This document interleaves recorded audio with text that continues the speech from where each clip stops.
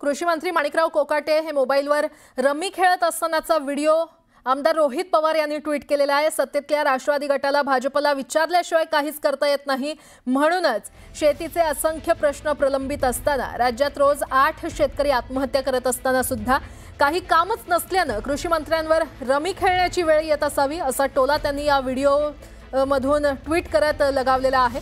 रस्ता भरकटलेल्या या मंत्र्यांना आणि सरकारला पीक विमा कर्जमाफी भावांतराची मागणी करणाऱ्या शेतकऱ्यांची कभी गरीबी किसानों की खेती पर भी जाओ आओ ना महाराज ही आर्तहाक ऐकू येईल का असा सवालही त्यांनी केलेला आहे।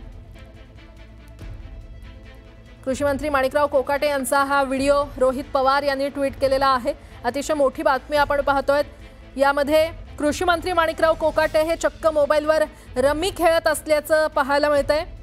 सत्तेतल्या राष्ट्रवादी गटाला भाजपला विचारल्याशिवाय काहीच करता येत नाही, म्हणूनच शेतीचे असंख्य प्रश्न प्रलंबित असताना राज्यात रोज 8 शेतकरी आत्महत्या करत असताना सुद्धा काही कामच नसल्याने कृषी मंत्र्यांवर रमी खेळण्याची वेळ येत असावी असा टोला रोहित पवार यांनी ट्विट करत लगावलेला आहे। या क्षणाची अतिशय मोठी घडामोड आपण पाहतोय।